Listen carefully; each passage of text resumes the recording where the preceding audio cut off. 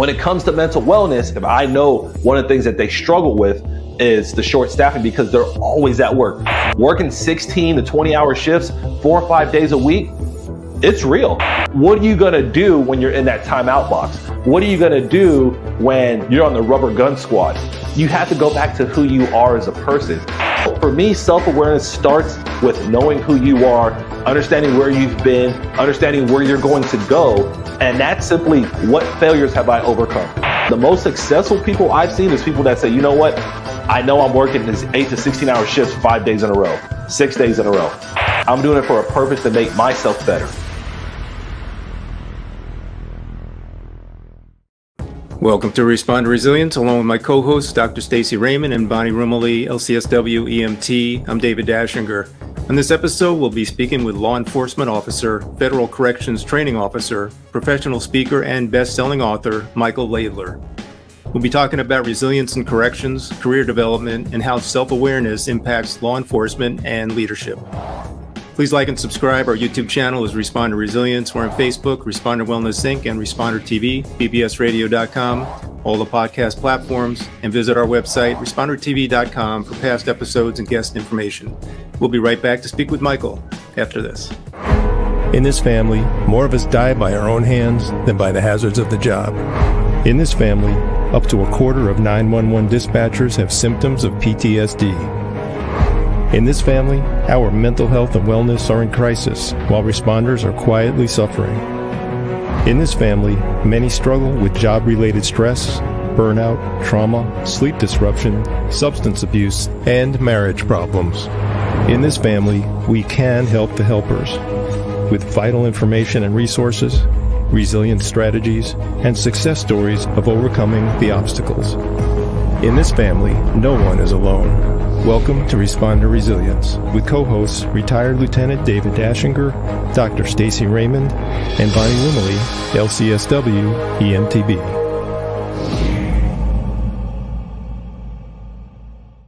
This episode is made possible by Momentum Lifestyle Consulting, empowering first responders to achieve a balanced lifestyle by connecting the science of proper nutrition through wellness programs and supplements to improve gut health, digestion, sleep, and cellular health. Today we're joined by Michael Laidler.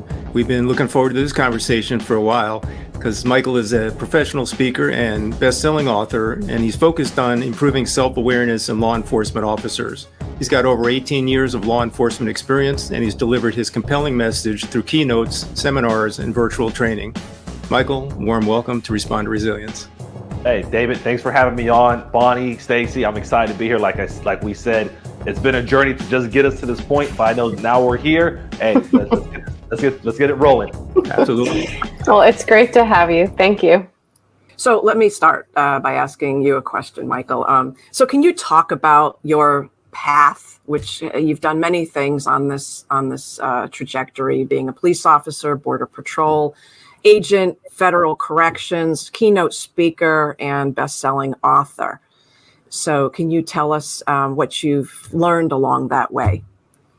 You know, it's funny because back when I first started speaking, I thought I just had to analyze my current role in life and who I was right now.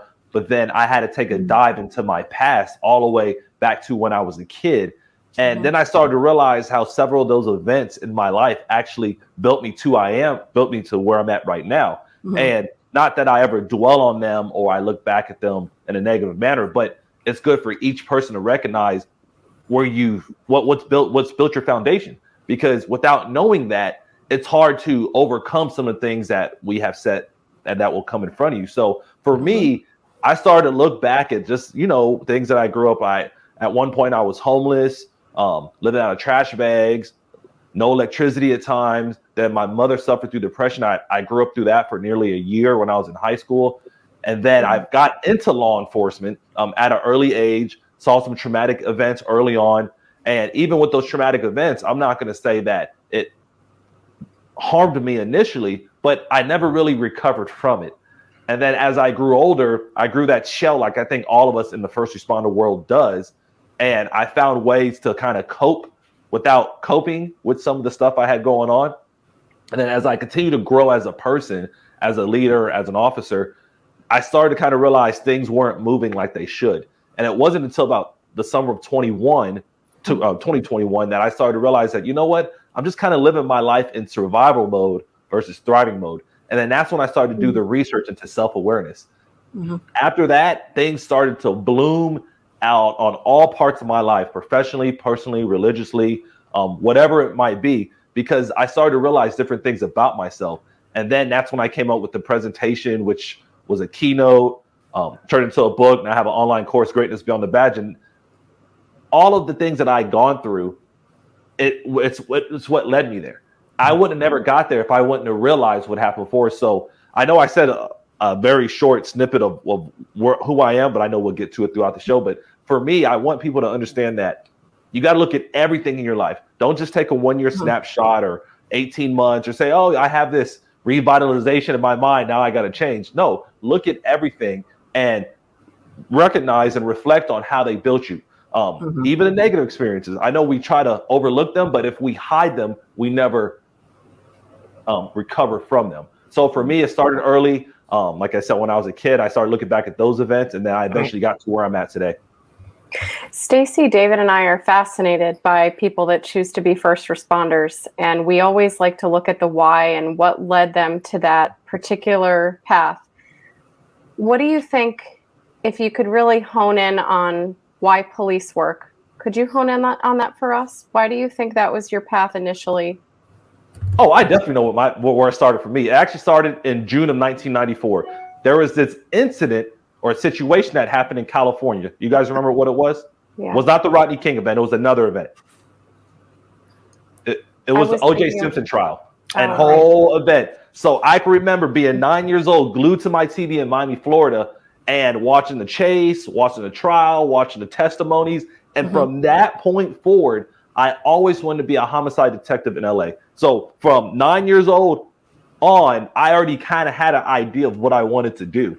I studied in high school. When I started college, I studied it. And then when I was 19, my sister, who was a dispatcher for the first police department I was working at, she came home with an application and said, hey, Michael, look, they're hiring. You qualify. And 19, I was like, you know what? Let me just throw my name in the hat. Let's see what happens. I threw my name in the hat. By January of 2005, I was in the police academy at the age of 19 as a police officer. So for me, it started in June of 94. I'm not going to say I had this big calling or this big essence, like, oh, I just want to like any major incident. It was really the O.J. Simpson trial. And from that point on, I kind of always had the passion. And I believe the serving others, it being a calling, comes with time.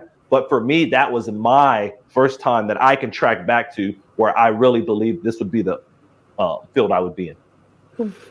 And you touched on this concept of looking at things happening for you and not to you. In other words, helping you to kind of build armor or build a toolbox, kind of a resilience toolbox that you can use down the road and maybe turns into a skill that you didn't ever anticipate you'd have, maybe become an author or become a speaker. So looking back at your early career in law enforcement, how do you see that as influencing where you are today? I was very blessed early on in my life, especially in law enforcement, because about 2 years in, as being a police officer, I actually became a field training officer. So from an early onset, I was given the opportunity to train other officers. And it was from that point forward that I knew I wanted to do more than just answer calls for service or just write tickets. I knew that I wanted to train others. And as my career continued on, I found small ways to kind of cultivate that skill. Now, I was never into professional speaking at all. That didn't come around until I was 30 years old. Those first 11 years in law enforcement, I never volunteered and said, hey, I'm going to be the person talking on stage or talking in front of the group. It was like, hey, I'm cool with one-on-one training. I'm cool with maybe talking to 2 or 3 of the trainees. I'm good with that. But I never wanted to be in front of people. But I do think that the fact that I was willing to train others early on, for me, I believe it's what it pushed me through some of the stuff I have now, because like everybody else, I still get anxiety when I speak. I still get nervous. I still have those images that I'm not going to do well. But then I look back at even my training days where I was like, you know what? the information that I'm providing, I know I've researched, I know it's not a guessing game, and I know it can be beneficial to them. So for me, it started back when I was 21 years old as a field training officer, where the speaking kind of started, not publicly like that, but at least the training side one-on-one with people. I think as first responders, and once we get into becoming instructors, we kind of get a structure to what we're going to present, but we also learn how to kind of think on our feet, right? Those two skills are like, they kind of work really well if you're going to be doing public speaking. Yeah. You can't just, so I tell people there's, and it's not that I made up, there's a learning hierarchy, learning pyramid. And usually if you're just a student, you're going to retain maybe 5 to 10%. But as you participate more, you demonstrate it, you have discussions, you go up. But as the instructor, you're going to learn, you're going to know everything, because you don't want to be standing in front of people not knowing what you're talking about, because you're right, David. People are going to ask you questions that you may not have thought of. So you got to make sure that you know the information as best as you can, because they're looking for you for answers. You're their leader as that instructor, whether you have that formal title or not. People are looking to you for guidance, and they're going to follow your words and what you have to say. I go left, you go right, don't live it up, don't dance all night. I go left, you go right, don't live it up, don't dance all night.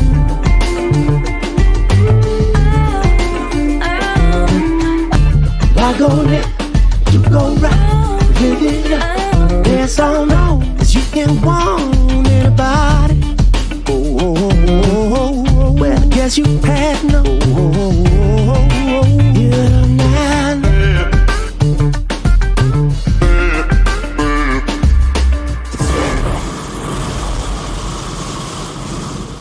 I wanted to share with you guys that, I was in corrections as well. I was trained as an officer, and then I was a psychologist within a female institution, a federal institution.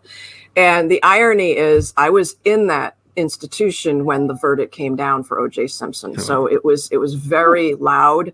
The inmates were thrilled because he was deemed innocent. We actually got worried for the first time in a female institution that it might turn into something violent. Can you talk about the transition from being a police officer and then working in corrections?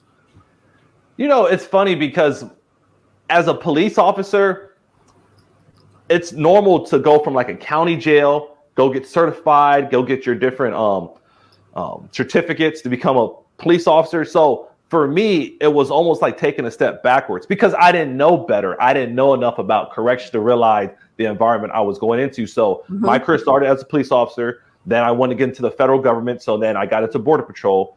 My son was born while I was in Border Patrol. And then that time we decided to move back to Florida. The benefit that we had was the federal prison where my ex-wife lived at the time. It was it was like an hour away. So it allowed me to go from Border Patrol to corrections.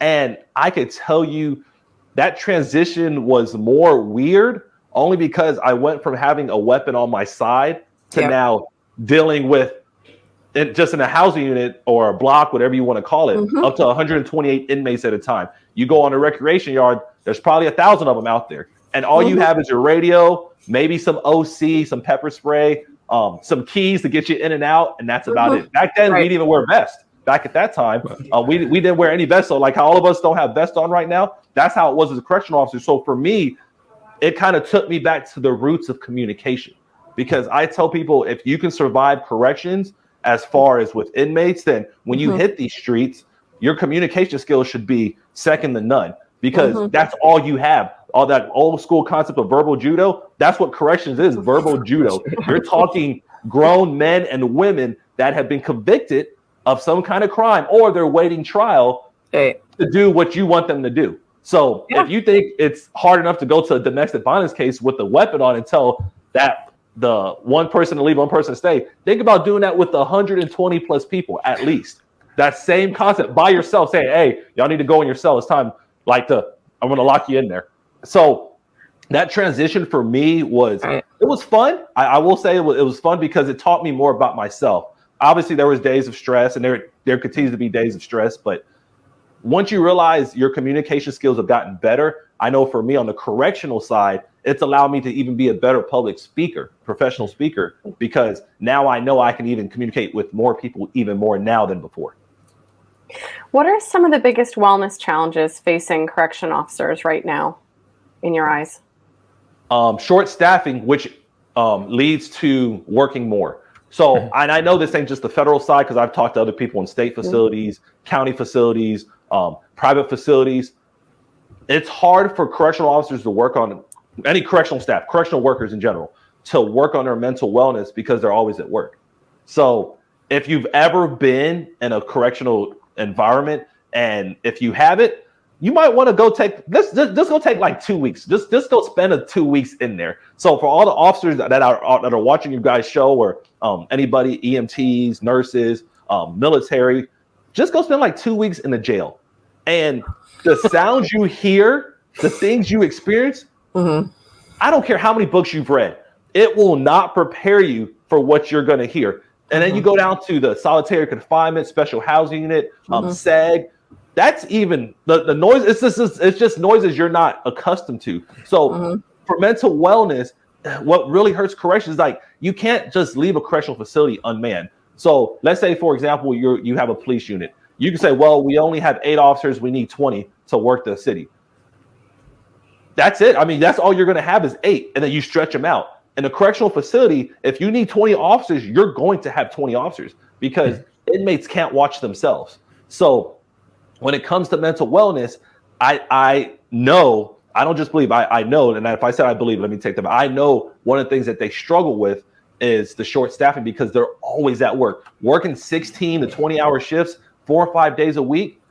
It's real. It's not fake. It's not like a made-up story. Like, this is real stuff happening, and you won't hear about that on the news or in politics, because that's the real stuff going on. Nobody wants to talk about that. But correctional side, when it comes to mental wellness, the hardest thing is they don't get a chance to, because they're hearing all these random sounds. Their bodies are getting beat up, whether it's just having keys on. I mean, if you think your duty belt gets tired, yes, think about doing that for 16 hours, 4 or 5 days in a row, where you can't leave because you're going to get disciplined. So now you're like, well, I'm tired, but if I go home, or if I say I refuse to stay, then I can get in trouble. So what is that going to do later on? Is that going to get me a suspension, fired? So it's always combating influence. But I know for the correctional side, they have a lot going on. And I can just tell you, before I got into the role, I wouldn't have understood it. But now that I see it, it's rough.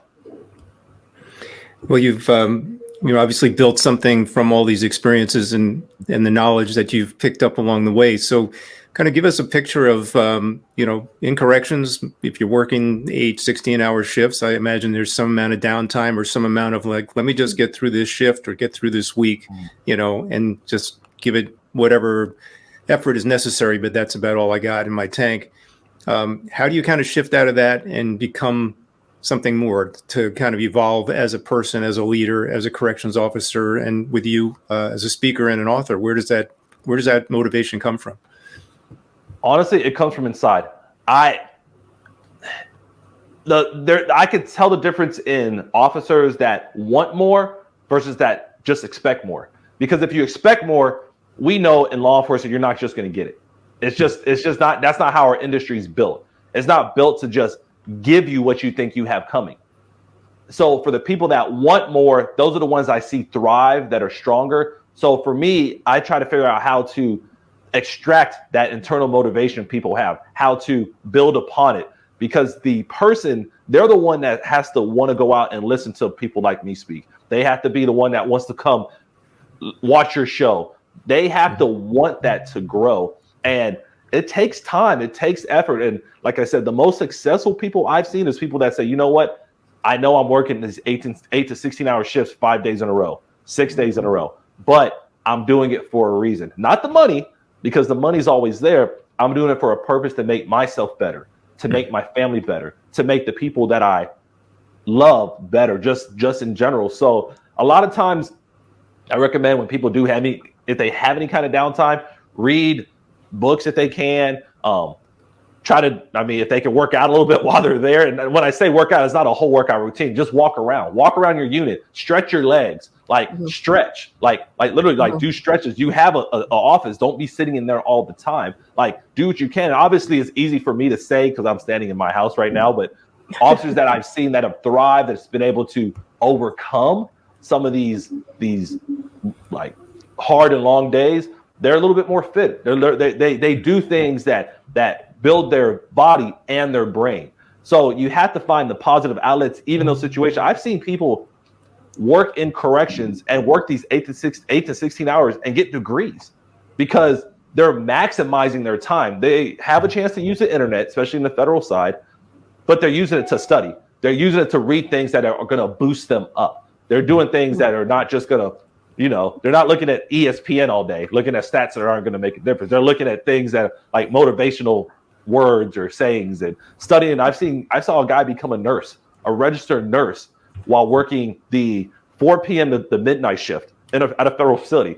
He would, between rounds or when they were locked in, he would study his nursing. He literally got his whole nursing certification from that point. I've seen people get master's degree, bachelor's degree. So there's ways to maximize your time. It's not easy.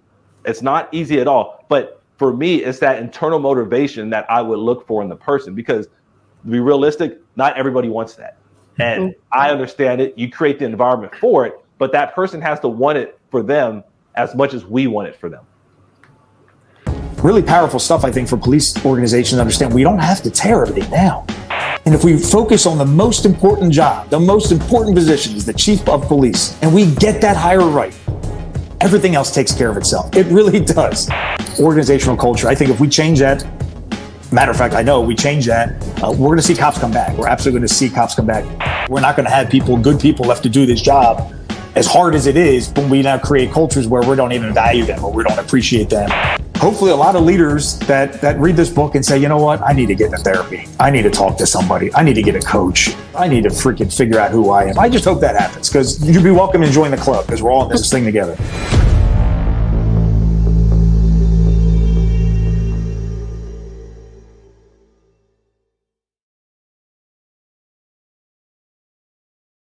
So what are you doing in corrections today? What positions have you held? What are you hoping to develop in the future?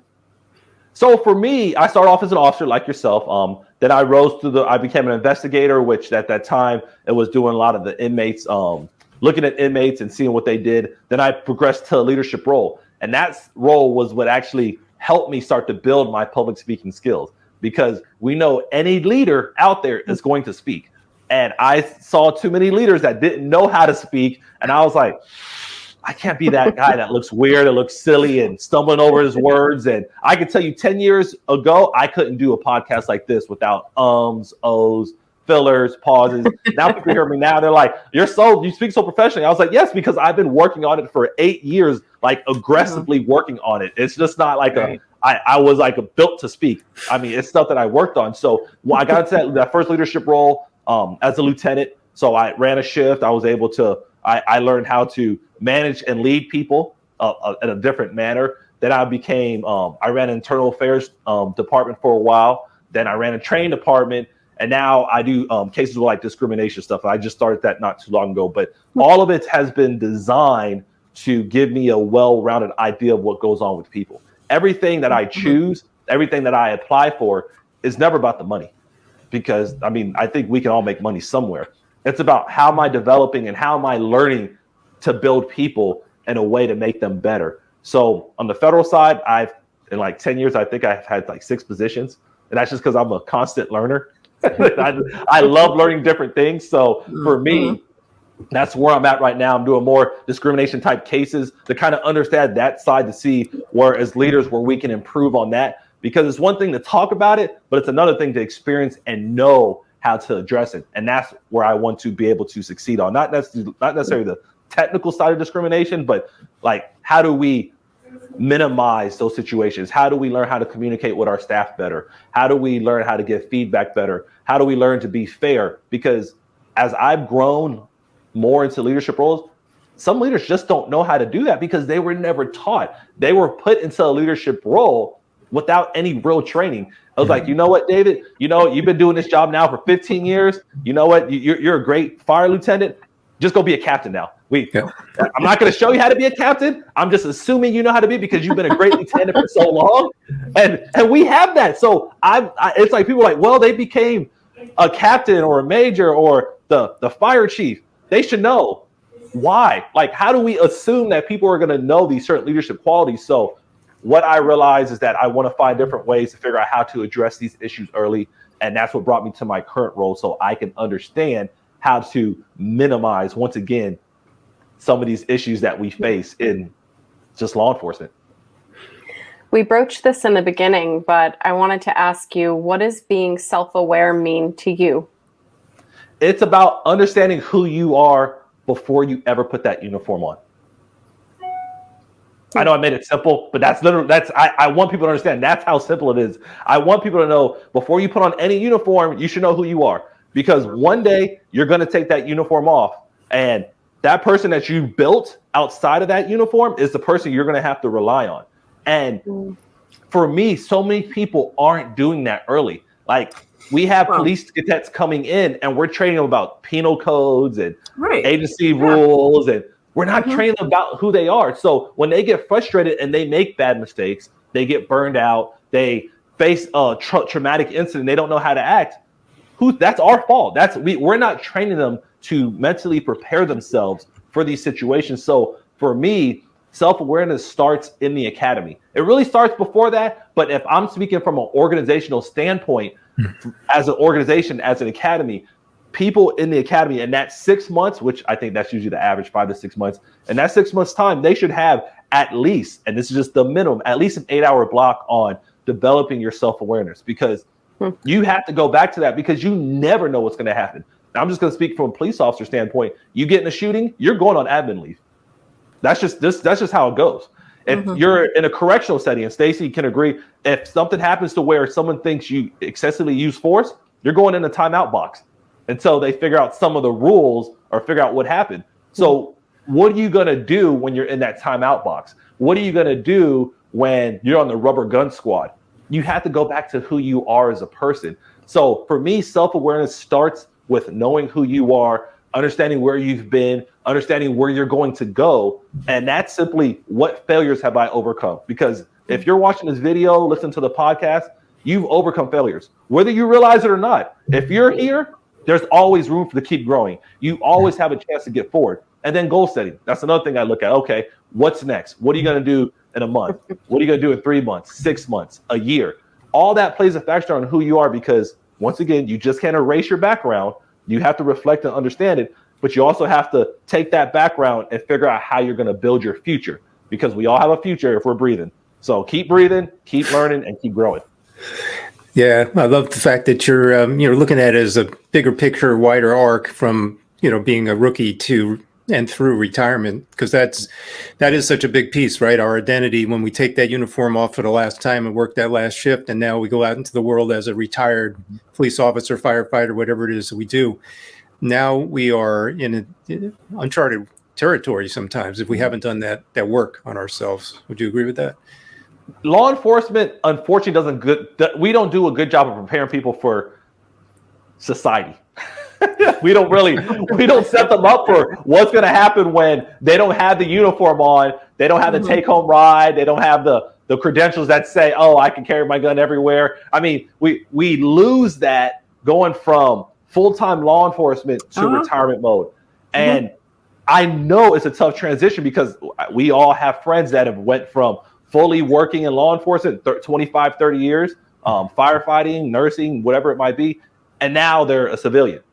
So that transition is almost as tough as anything else, because you've been taught for so long that you're going to represent an organization. You're going to represent an entity. So that's why I say I try to go back to developing who you are as a person, because when you hit that retirement mode, you have to go back to that. Like, you should have been keeping it the whole time, but now it's real. Like, it just got real. Yeah, like, that first day after retirement, like, you put your foot down, you're like, oh, I'm not a fire lieutenant no more. I'm not a psychologist for this department. I'm not a licensed social worker for this organization no more. Like, I'm just Bonnie, I'm just Stacy, I'm just David. Like, what am I going to do?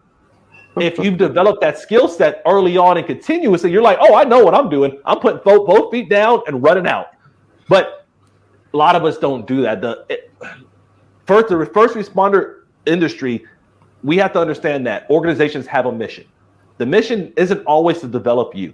And once you understand that, there's no issue with it, but you have to understand that. So I tell people that's why you have to have that internal motivation to start growing yourself early on and continuously. Because any day, remember, you leave, I can tell you right now, David, there's another fire chief already. That same, or the fire lieutenant, where you were at, that same group, they literally replaced you the next day. Literally. If not, they had an acting for a couple of weeks. But if not, they literally replaced. Like, the fire department didn't shut down. Stacy, when you left corrections, they didn't shut down the prison. They literally did not. No. Like, Bonnie, where were you at before? Literally. Like, they literally just said, all right, who's up next? So for me, I want people to understand that early. Not quit your agencies, not quit your organizations, because people are like, oh, well, does that mean no, don't leave. But understand that you do have to leave one day, and you have to think about that afterlife. Like, and trying to figure it out on that first day you put your foot down after retirement is tough. So why not prepare for it? I mean, we always have time for things. Why don't we make time for ourselves, and that time be growing ourselves, developing ourselves, increasing our mental wellness, building our resiliency, understanding all the things that we're going to do, because you're going to be hit in the face when you hit retirement. I haven't been hit in the face because of retirement, but I've talked to enough people to understand that if you're not strong mentally, like, it could be rough. That's why a lot of us don't have high life expectancies, because we go through high stress for 25 to 30 years, and now we're down here and we're considering ourselves insignificant, and we're not. It's just that we don't know our significance, and that's where we have to regrow in that area. Come on. Check it. Come on. Let's go.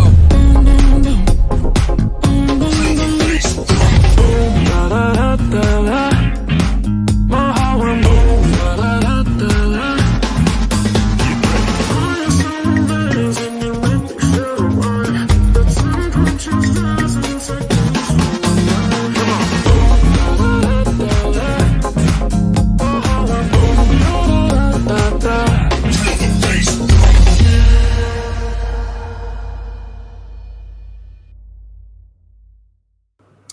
You know, Michael, you make a great point about mentioning this or starting this trend of self-awareness in the academies. And I think more academies need to hear about that in every branch of being a first responder. I also think there's something to be said for, within a department, mentors, having people that have been identified as, you know, these are individuals that seem to have an identity outside of being a first responder, and having them mentor the rookies. And then the other thing that might be helpful is the retirees, giving them a sense of purpose and, you know, as a go-to for maybe even within peer support, you know, for the younger first responders. You know, how did you handle this? You know, how did financial difficulties, promotion, approaching retirement, you know, giving the retirees a sense of purpose after retiring, because they've already been through it all. So there are many opportunities to develop self-awareness. It's just getting through the inertia of the way that the system kind of is.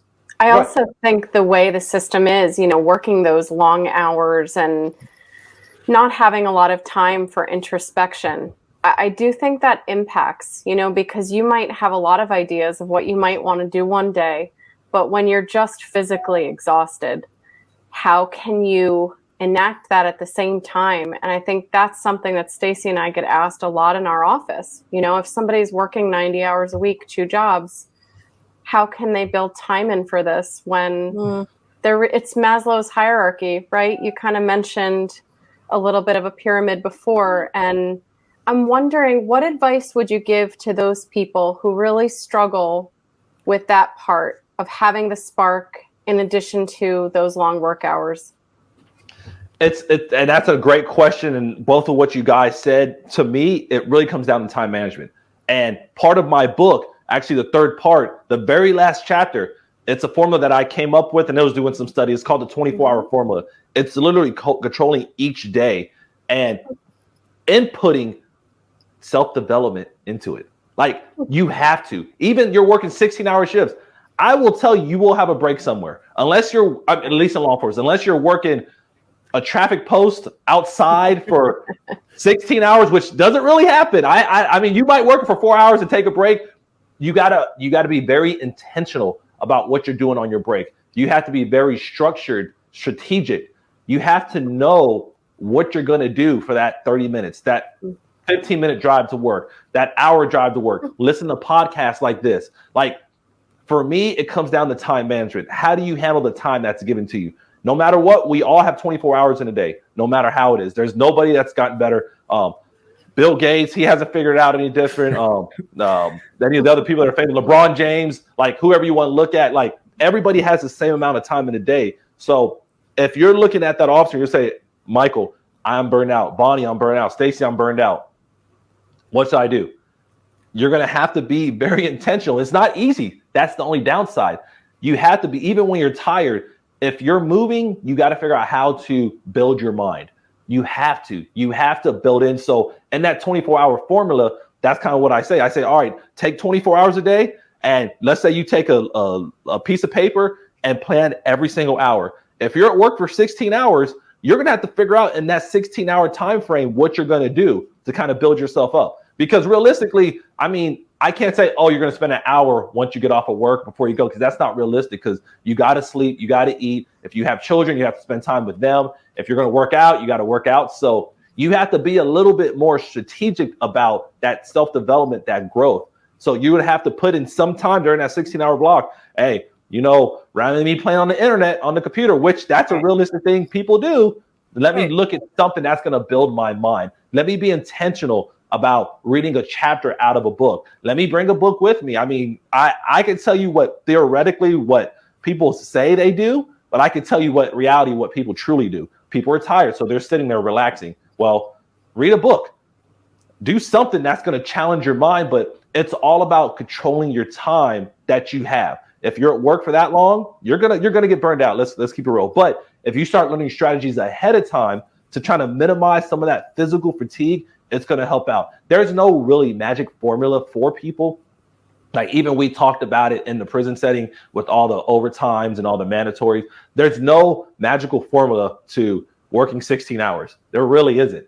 But it's about what you're going to do in that time frame to kind of maximize it. It's not easy. And people are going to look and say, Michael, you're living a dream. There's people that do it. That's all I can say. If it wasn't possible for nobody, I would say I wouldn't suggest it. But there's people that are still maximizing their time and they're working long hours. Are they still getting more tired than the average person? Of course. But they're also using that to their advantage. Yep, our sound effect on cue, as always. Yeah, Michael, I love, all of what you're saying, and I think it totally applies to testing for promotion, right? How many people kind of wait till the posting comes out to drag out the books and start cramming, when they have 4 weeks or whatever it is, as opposed to being disciplined and kind of taking a proactive approach that when they can set aside that time in their day to do something constructive for their future self, that they start studying for a promotion and working on that, months in advance rather than weeks or days in advance. Lifetime. Yeah.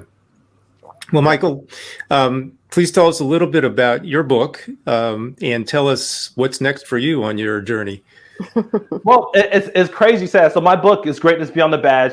I actually, like I said, it started off as a presentation called The Invisible Law Enforcement Officer. And it was always about self-awareness. And then obviously through marketing and what was going to stick very well with the industry, I ended up writing the book last year about it. And it's funny, I came into 2022 without any aspirations to write a book. I was listening to a podcast during my self-development time, and this particular company said, you know what, we could publish your book in 90 days or less. I love challenges. I don't know what it is about challenges, but Michael Laidler has to try one. So in March of 2022, I got into this book publishing program, and by July 26th, my book was published on Amazon. Wow. So it took a little bit longer, and that's because my editor was like, hey, can you add a chapter on goal setting?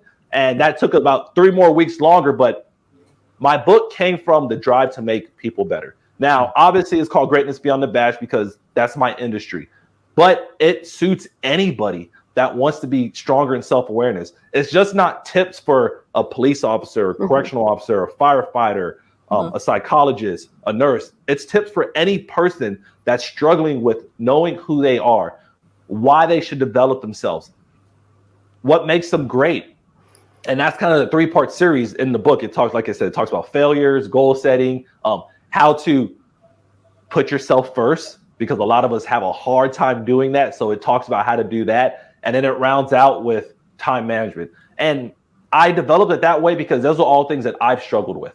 And I only speak on things I know, especially when it comes to book writing. And like I told you guys before, when you become an instructor, you want to know what you're talking about. So for me, these are all things that I struggle from. I thought failures was a roadblock. I thought goal setting was for the millionaire. I thought that I had to put my organization before myself and my family. I thought that the time management was just going to happen. I always allow time to control me. So for me, that's where Greatness Beyond the Badge came from. It came from looking at myself, looking at my life experiences, everything that I've gone through, and trying to figure out how to increase people just as a whole. That sounds great. And where can people find you out there, social media, internet, and where can people buy your book? So for the book side, you go to Amazon.com if you want to buy individually. If you're an agency or organization, obviously you can reach out to me at michael@michaelalaidler.com, and I sell them in bulk, so I can ship them right to your front door. The most I've ever sold at once was 800 books, so that was pretty cool. I sold it to Department of Corrections, organization. The idea was to get the book to each candidate, each trainee in the academy, so they can start developing that self-awareness. So if you're looking for me, my favorite platform is LinkedIn. And that's because you get the professional setting, you get people motivational, inspirational. And then I have my YouTube channel, which I post a lot of stuff about leadership. The podcast that I have, that goes on there every Tuesday automatically. So usually LinkedIn and YouTube are the main things you can find me at. LinkedIn will give you a direct message. Obviously, you can email me on what I just said a couple of seconds ago, but I'm always available. Obviously, the goal is to build you guys up and to grow and to meet great people like the host that we have today. Well, it's been an absolute pleasure speaking with you, and love the work that you're doing, taking things that you've kind of experienced on your life journey and paying them forward to help build other people's careers and lives beyond the badge. So kudos to you, Michael. We appreciate your time today. Thank you, guys. Thank you so much. Thanks, Michael. We invite you to like and subscribe our YouTube channel, Respond to Resilience. We're on Facebook, Responder Wellness Inc., and Responder TV, bbsradio.com, Apple Podcasts, all the podcast platforms, and visit our website, respondertv.com, for past episodes and guest information. Till the next time, stay safe, be kind to yourself, take care.